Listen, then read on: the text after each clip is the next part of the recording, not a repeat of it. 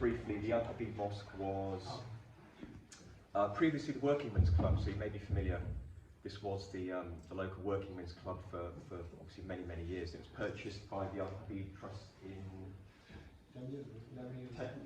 11 years ago, when it was up for sale, and since then quite a lot of work's gone in to convert it into a large prayer area downstairs, and there's a prayer area upstairs, and then at the back there's what was the old sort of dance hall and stage for you know, the usual kind of working men's clubs, sort of cabaret nights and all that kind of stuff. So the hall is still there. It's a lovely space which is now being used for various sort of functions. It's hired out. We play badminton there. We do like a sports facility there. So all like Eid celebrations happen in that hall as well. So it's a great facility. A lot of work's gone into purchasing it, and raising the money, and all that kind of stuff. So what's going to happen is, if we could ask the gentlemen to kind of join us in a circle, and the ladies will make a circle as well at the back. So what we do, you may have seen some, as I was asked yesterday at the event, do we dance, meaning do we do the whirling, are we whirling dervishes? Which it is one of the Sufi orders, the Mevlani Sufi order. They do the whirling, which does have a very strong spiritual function. If anybody feels the need to get up and whirl, that's perfectly acceptable. That's fine. It's not a problem. It has happened in the past. I know when our Grand Sheikh Mohammed Ali, who's based in Istanbul. But last time he came, sometimes some of the murids did, one or two I did notice was whirling right next to me actually, and I was just really worried he was going to get dizzy and fall on me, but that's perfectly okay. But what we do is sit in a circle. So if you men want to bring your chairs forward, we'll just form a circle, and then Haji Shah Khan will just briefly explain. Come bring your chair. Bring your chairs. Bring your chairs. Don't put it on the floor. Chris, do you want a chair, Chris? No, it's fine. Sure? Yeah. Okay. Both of you bring your chairs. It's not a problem. Are you okay? Yeah, I'm fine. A weekly gathering, and it's called the dhikr. And dhikr just means remembrances, and it's a remembrance of God, and it has a deep spiritual function in the life of a Muslim, and particularly the Muslims who follow in the established Sufi orders. So what I do is ask Haji Shah Khan, who many of you have probably met before, just to sort of explain a bit more about what the dhikr is and what's going to happen. We will be turning the lights down a bit, but it won't be too dark when we start.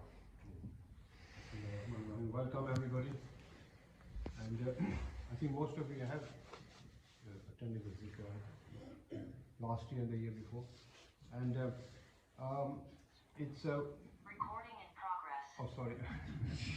That's on Zoom because some people attend in different places, and the lady who arranges it, she's got some cousins who are attending actually from America, I believe. So that's the benefit of this Zoom. And so in the first half is recitation from the verses of the Quran, some short chapters, and we used to do that part vocally, but since last few months we've been told to start doing that silently, because that's the traditional, the ancient Naqshbandi way, mostly was silent. That's called the Khatam al-Khwajagan. It's actually, when you do silently, it shrinks, it's quite short. So in your case, you can just meditate or do your own praise, so it's a Fatiha class and so on, we do silently. And after that, when we start the main zikr of Allah, that will be louder. And I've given some copies, you can, what we are actually saying, and some of the translations, if you're interested, You might have to share them, because I think I only got 6 or 7. And so really it's chanting Allah's names and other phrases, and we do different varieties of this daily. We're supposed to do daily if you're on the Sufi path, but we also have this group one, which is once a week, or it can be more. It's quite flexible.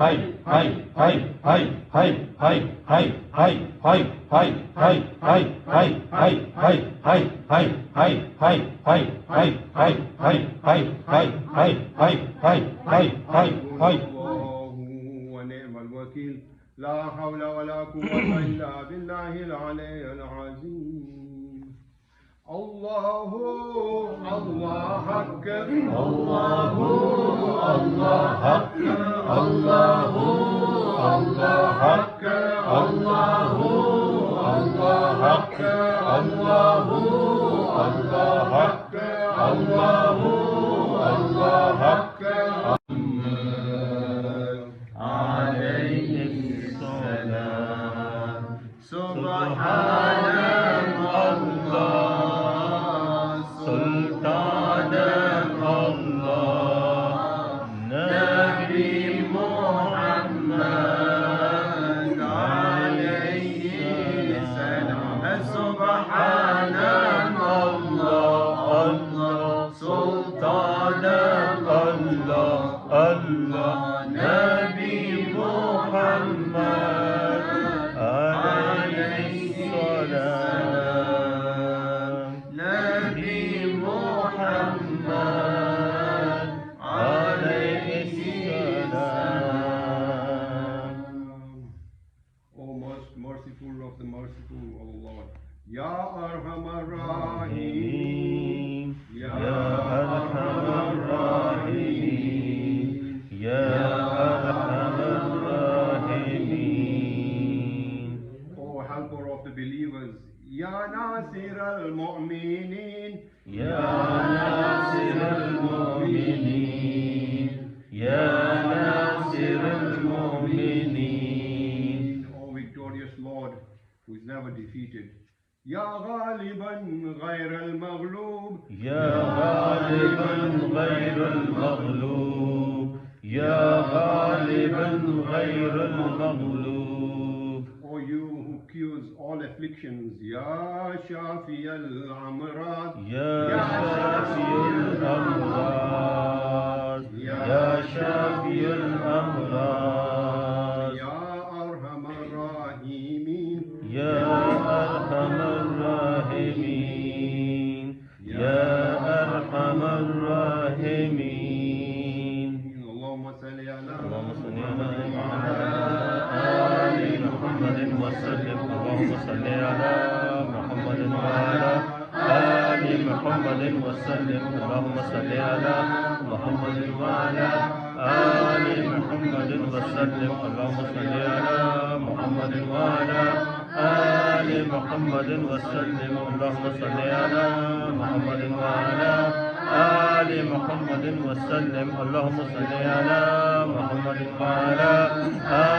محمد وسلم اللهم صل على محمد وعلى آل محمد وسلم اللهم صل على محمد وعلى آل محمد وسلم اللهم صل على محمد وعلى آل محمد وسلم اللهم صل على محمد وعلى آل محمد وسلم اللهم صل على محمد وعلى آل محمد وسلم صل يا ربي وسلم على جميع الأنبياء والمرسلين وعلى كل أجمعين والحمد لله رب العالمين. على أشرف العالمين سيدنا محمد صلوات، على أفضل العالمين سيدنا محمد صلوات، على أكمل العالمين سيدنا محمد صلوات. صلوات الله تعالى وملائكته وأنبيائه ورسله وجميع خلقه على محمد وعلى آل محمد عليهم السلام ورحمة الله تبارك وتعالى عن ساداتنا أصحاب رسول الله أجمعين وعن التابعين بهم بالإحسان وعن الأئمة المجتهدين والمعدين وعن العلماء المتقين وعن الأولياء الصالحين وعن مشايخنا في طريقة النقشبندية العلية قدس الله تعالى أرواحهم الزكية ونور الله تعالى أضرحتهم المباركة وعلى الله تعالى علينا من بركاتهم وفيوضاتهم دائمة Walhamdulillahi Rabbil Alameen. Al-Fatiha. It is a testing place and a place for preparing for your really long-term journey with Muslims, and especially for people of Tariqah or Sufi Tariqah. We always know that this is one stage of the journey, and after this there's another stage coming, which we will call it the stage of the grave. And if you don't have a grave, still there's a stage where you can't eliminate your heart, your real soul, your spirit. And then after that, there'll be a point in time which will be the day of judgment, and then it goes on after that. God knows what is happening in real detail. But we've got a lot of details in the Muslim tradition, a lot of details on that. So, but while in this short life, it's such a short period, but then we have a lot of trouble. We have caused a lot of trouble and friction and aggression in this life. So the Sufi ways are to train us so that we can attain our real, potential. And often the masters were hard, and this is the most gentle practice, you might say. Sufi practice is even quite musical, But there are other practices. You've got to do long fasts.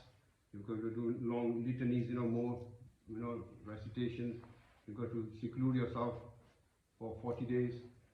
Or our sheikhs, our masters, used to seclude themselves for 4 months or 7 months in one stretch, So imagine that. And in those seclusions, you don't talk to anybody, you don't see anybody, you're locked up in the proverbial cave. If it's not a cave proper, it could be a small room maybe this size, 7 foot, 8 foot by 8 foot, and you shouldn't come out really. And in those times, you can drink water, but the food you have is dal, typically some lentils, and just 2 bowls per day. And maybe the naans which we eat, if they're small naans, 2 or 3 per day, and a few dates per day, and that is per day. And I tell you, it is much harder than fasting of Ramadan. Ramadan is a child's play with that seclusion. So those are and other customs, other religions have got others as well. But generally, it's starving your body and your ego, because the ego is always commanding. It says, I want exciting things, More exciting it gets, more aggressive it gets, more violence it creates. We know that with anger. But so to suppress that, and the fasting and the seclusion is in all the traditions really, including Christian, Hindu, must be in the Sikh tradition as well. So if you're serious, that's the path we have to do. It's not an easy path.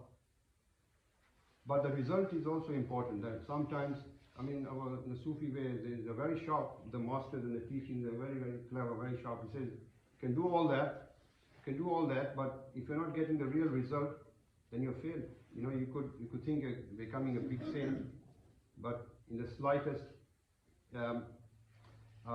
provocation, you become angry outside and angry inward as well, then you're failed, you see. And then you have to carry a lot of burdens. So there are some humorous stories about that. But also to join the tariqah used to be quite difficult, because at one stage they were prestigious. So people had to apply to the sheikh.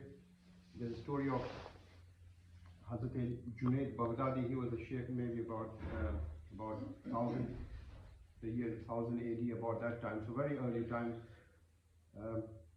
And he had a student coming, and he said, I will join you. He says, oh, okay. He says, well, I've got a job for you. You must do a job for me, and then after you're successful in that, I will think about it. He says, yes, what's that? He says, yes, you have to become you're going to sell a tripe, guts, sheep and cows' guts. That's actually a horrible job, worse than a butcher. So they were trained like that, because we have forgotten that now. So they used to have the stomach and all that of the sheep, to collect that and go and sell in the market, and it's a very smelly job, see. So, and he did a few days, he said, no, I mean for 1 year you have to do that. I mean, you're happy with that 1 year and you're still thinking of joining me, come to me. So this person, he did it for 1 year. He knocked on the Sheikh's convent and said, yes, I'm ready, Sheikh, please take me into your silsila, into your tariqah. He said, oh, okay, you did 1 year, and so he passed that test. I said, okay, I'm giving you another job, you must do another year, please, 1 more year. He said, okay, I will, because it was such a great path he was going to work on. So he said, now you have to stay in our dargah and clean the toilets and the bathrooms for 1 year. And you'll be the last one to be fed, the last. So he did that and he passed that. And she said, oh, okay, you did that. Now I'll give you a third job, sorry, 1 more year. Because if you say this so many years, you never come, you see. It's always a hook. There's just 1 more job or 1 more year. I said, what's that? So now you become a sulfur merchant. In these days, sulfur was a very important product, probably used in battle as well. So sulfur merchants used to become big, used to make a lot of profits. So he made sulfur merchant for a year, he became really rich. And then he came to the Sheikh, he said, I'm a sulfur merchant, but I still want to join your tariqah. So, oh really? Okay. He said, how much wealth you've got? And he said, so much, So you've got to give all that away. If you are happy to give all that away, then join. And he did. He gave all that and he joined, you see. So subhanAllah, he used to have some really big tests. And that shows that the expense of it. It wasn't a cheap admission.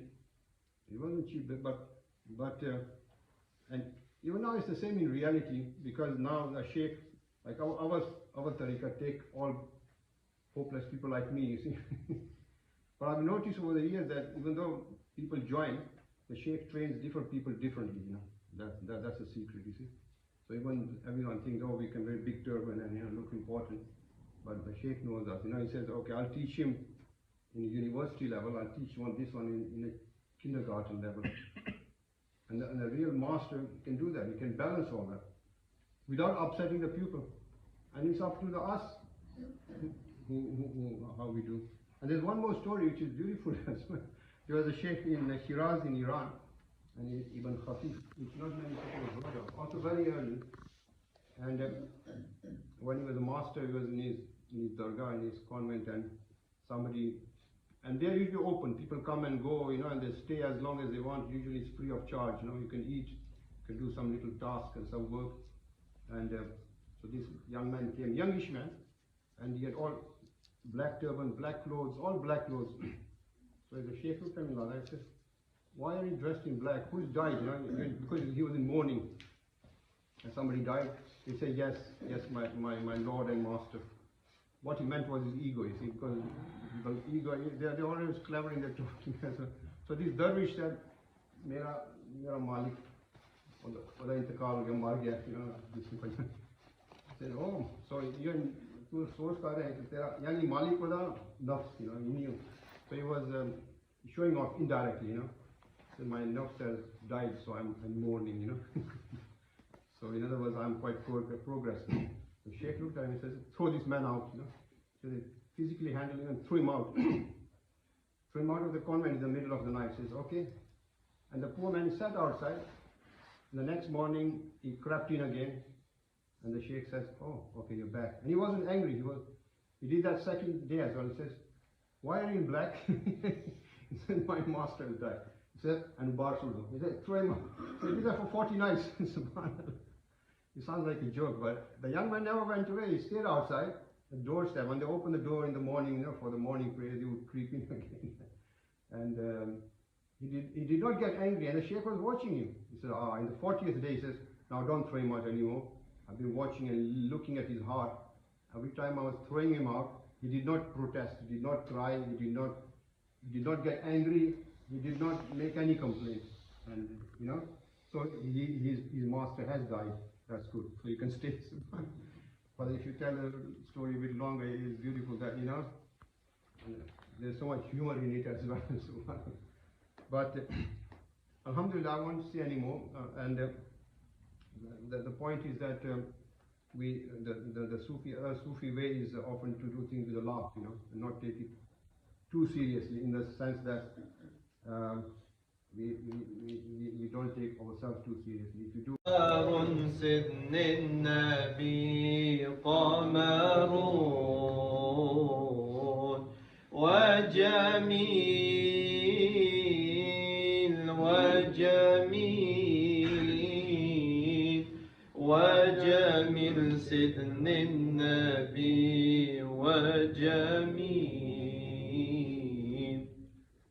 ولا ذل له بل كان نورا الله الله تنال الشمس منه والبذور الله الله ولا ذل له بل كان نورا الله الله تنال الشمس منه والبذور الله الله ولم يكن الهدى لولا ظهورا ولم يكن الهدى لولا ظهورا ولم يكن الهدى لولا ظهورا وكل الكون أنار بنور طه يا قمرون قمرون قمر سن النبي قمرون وجميل وجميل وجميل